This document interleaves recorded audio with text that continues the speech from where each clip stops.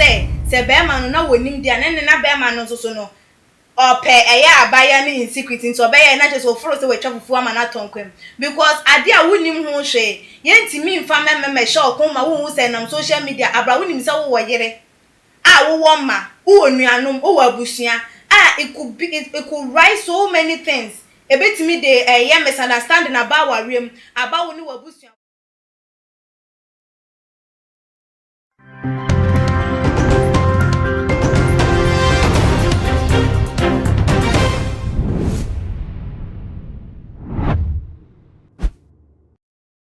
Too much GH and ebusia for many egusu amushe uni abana ama ozu amini mudi ehemu say ya na training issues koso ewo omaye emu na mede ebesum niti me mama kwa abashonkom na enede ensama beto dwane chese yes me training Gloria Safo ababonte abeclare the na ebusia for mo be kaya some few months ago o post picture bi e won Instagram page so so one Mickey Osebe ko dada Richard dada boto no na te say one more together picture no cash na de to ase patch say yen chen ni ehwe nim say awawe bi ba wo mu mienu afa na ni nim say nkono nkwa anti ke prank bi ya tete Ghana ha ya na biem so ade che so no Mickey Osebe ko so be posti another picture omumienu na biem that is also the caption to attach say there what said say and cause awaji atum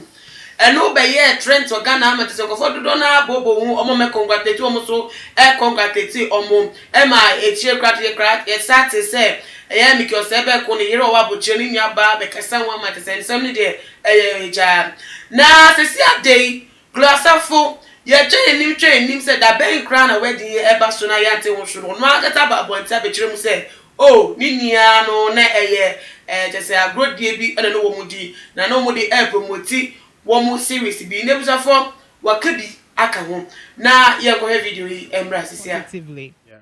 So it will be ase and I feel so me pa obi a cho especially omo disappointed about me ni Mickey asem. Obviously, you and Mickey will be a very good medium. Couple. People were no, but you know, with Mickey is such a darling. Mickey is such a sweetheart. Like she's a sweet spirit, you know. I'm pony tenderness. Ni me be your background now. Ben no crown one yeah. What you must say? Like he's such a sweet person. I know dear man can't me dada. But apart from that, you know. He is my colleague. He is my friend. And the whole thing was for a movie. My buddy. And it was for a movie, Corona Life. Yade kasa afa coronavirus. Inti mpacho bi at ebetimi akwa akwhwe bi ebetimi ahwe wo me Instagram page so Gloria O Safo. And I say kinteti. Mesa so eba mo akwa basroko ebiem. Ejube question ya say ema yade ya kuma twetwe ebremo. Mama Juliet Ventures. Makane dada message to biem. Who be say won say o kitchen na me ya abefo de na tete obi ba o kitchen akasa obe wo yo ba mpa ene na Mama Juliet Ventures na obe hia pa na tete wako yi o halogen oven microwave de wo pe bi an chance papa China de nia no obi wo ho no menunti bomodia contact no wo ne number da ase ona na ase biem so no pe de che kwan wo Abeka La Paz na video Glosafo can same when ya ewo no betimi ahwe link da video ya se na wafa ko full video no ewo OKFM won post no emu na ebiem so no me guest Ekies Kapa ene Mercy Cow be mamo akwa bashonko ejo so nanama abeja for me mo akwa just say why me fa ba mitimi kasa ejo akwa mejo so o de onya mi abese onya mi ase bese mi nya asem keke okay Ghana ya we kremu de celebrities wo de ba ni aka wan sem ni wo de beto say Glosafo de beto say esi anyama na dum aware aba to be wale ya chen date da ben won meka maye ntia ninya tro no mo de market oba me special sem fruit asim we odo wo say mini aba Mami chia mashifo asawai. Okay. Mi chi obi bia o hwe yen nyame onhira mo. Mi nuaba. Gloria Safo. Yetumi esa. Uza. Ubisa. Hey. Enti Ghana. Eli ama ye ho kwan no bia sorry a freedom and justice. Obia timi ye ne opepia on dan dream. Na onimu se ade bia wo be nene no. Ochi na be chichiro. Ni awaye ebia on the other side of it. But later no oba be ka asem a ehia. But obia nkonkoji wundi. Or one of the reasons or the ISA for advertisements, for marketing, for promotion. But Odrin who say next time be a mono or the assembly to draw Ghana my mua. Ebe din say ye be fanasema dia tune because we try and drop him. Yen sorry nye bibia o sa keke. Okay. Yeah, sorry because dream bibia e pese yenya any baby e pese yeko. Oh, wo hwe nani ma ye lovely, o kan lovely agroso eni jeso but one dream side ya making. Say Ghana nipa nkasa no kan sem ba ko che we obi a wo twantro. Ana we obi a wo di agro bebre. Da wo be serious no, obi eni wo obejiweji. Enfa on say bia abofre bia o wade bia no akem kai. De bia obon kai we kona hwenye no da be serious e bi kra. Kramen bia so ne nan mu no. Oye kai kro bia fi because ye say agro no di. Opa agro. Sa na waye. That's the view or the amaye impression we just see ya. And na nyam di ya won ho kra ne dada boat. Say yam passe ohun say bibi sa no no so second ye dia.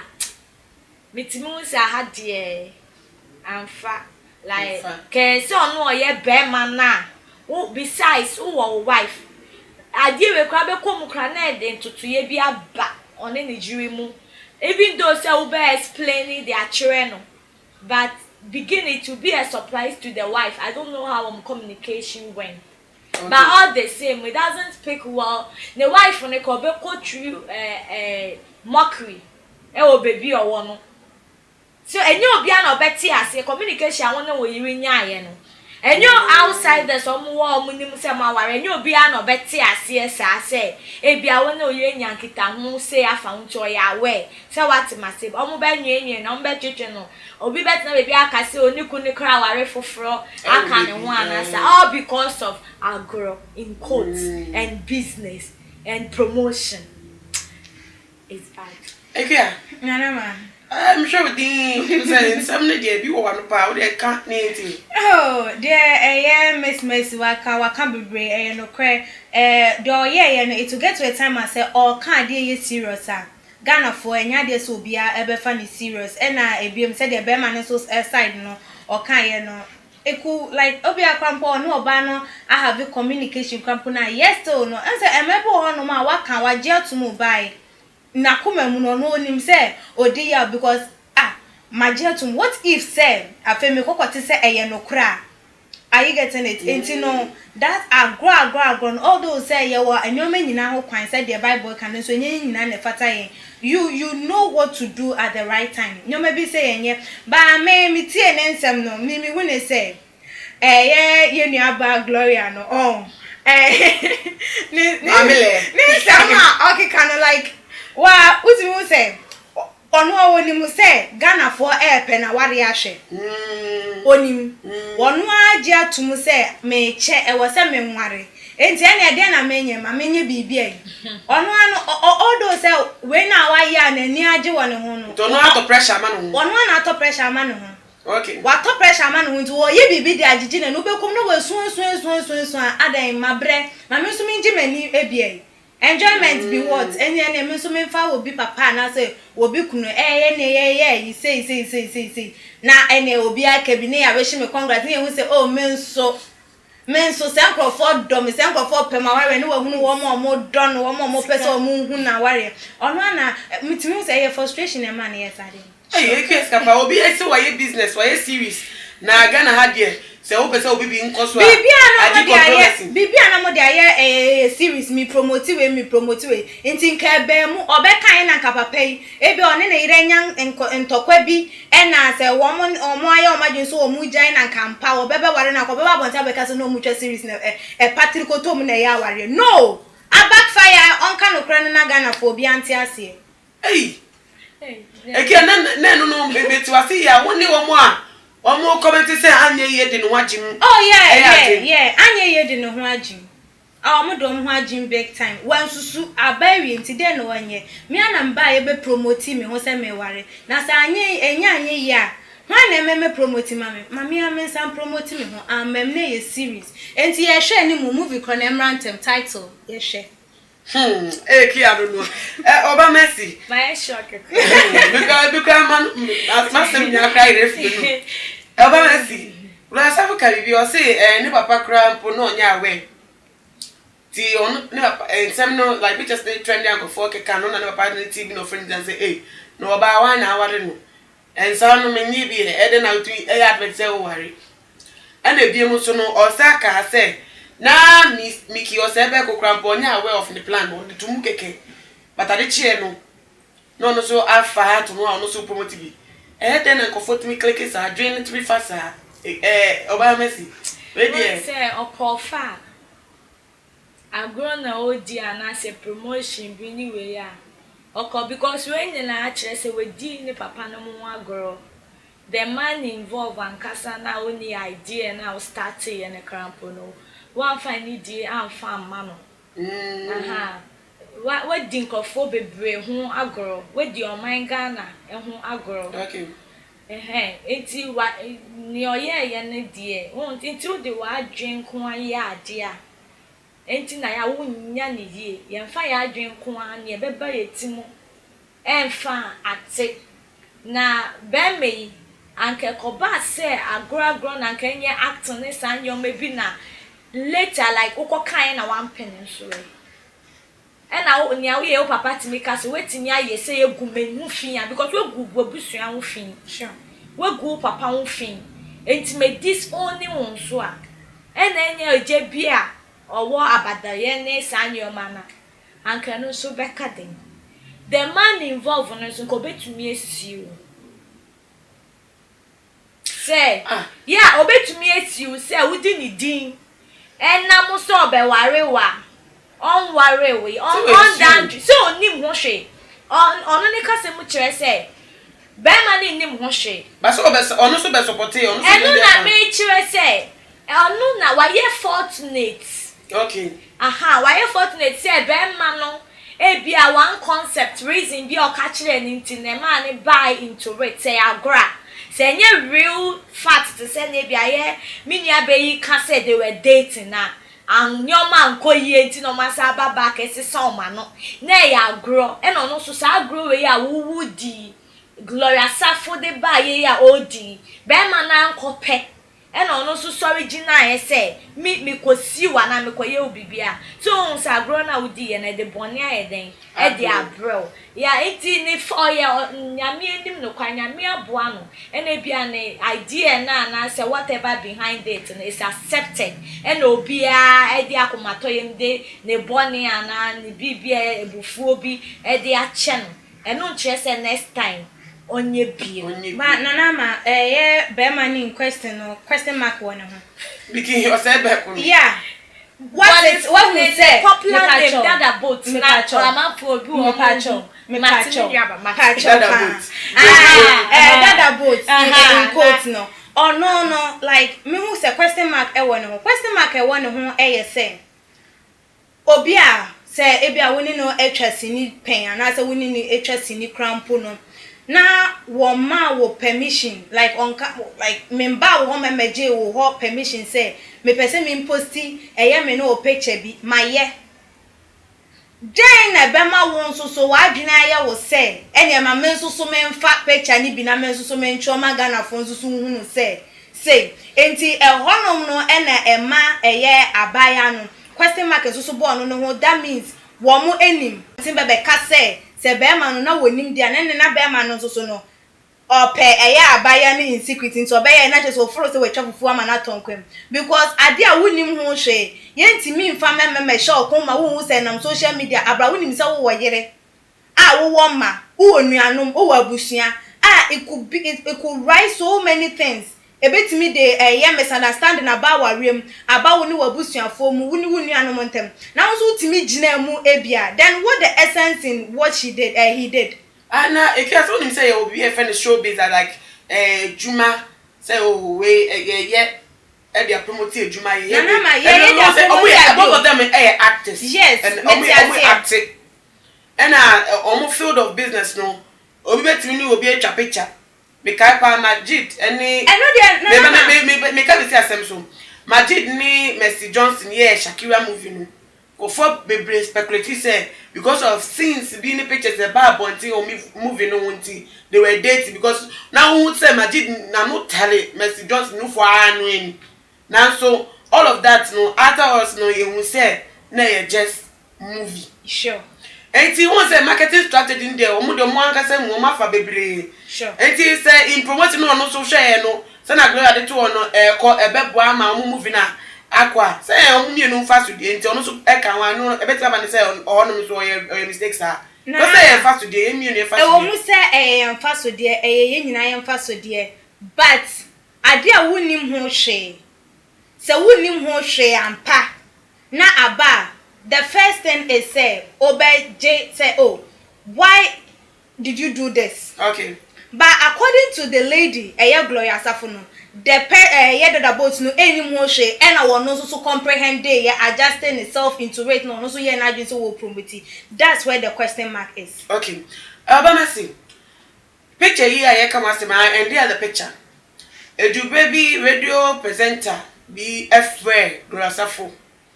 I'm like no pay no masem so you say na yetete say na yekoso no gressa sometimes so do share time or the fair yes show no the fair na Gloria Safo epeke ko no insinuate say that boat e won nchen utie kasa ye ni mu de wa kasa e ba mo bete bibi koso something mu expect bibi and then that time presently now that boat won no so ji phone no so kasa no so no to say like only near together something was going on. Neti say what the picture put na mo di promote adverta. Mummy enu so mo share mu dey amode ti wa ye ko a mummy enu tumi so ko ni no so no. Enu so ka act no bi ana me bi say enu so to be kan e back na asem na solid ana. One say ade o ma started there. So mo me mu pi. Say na be ya mo be giedi. O mo be gia. But say na call no na nya planned.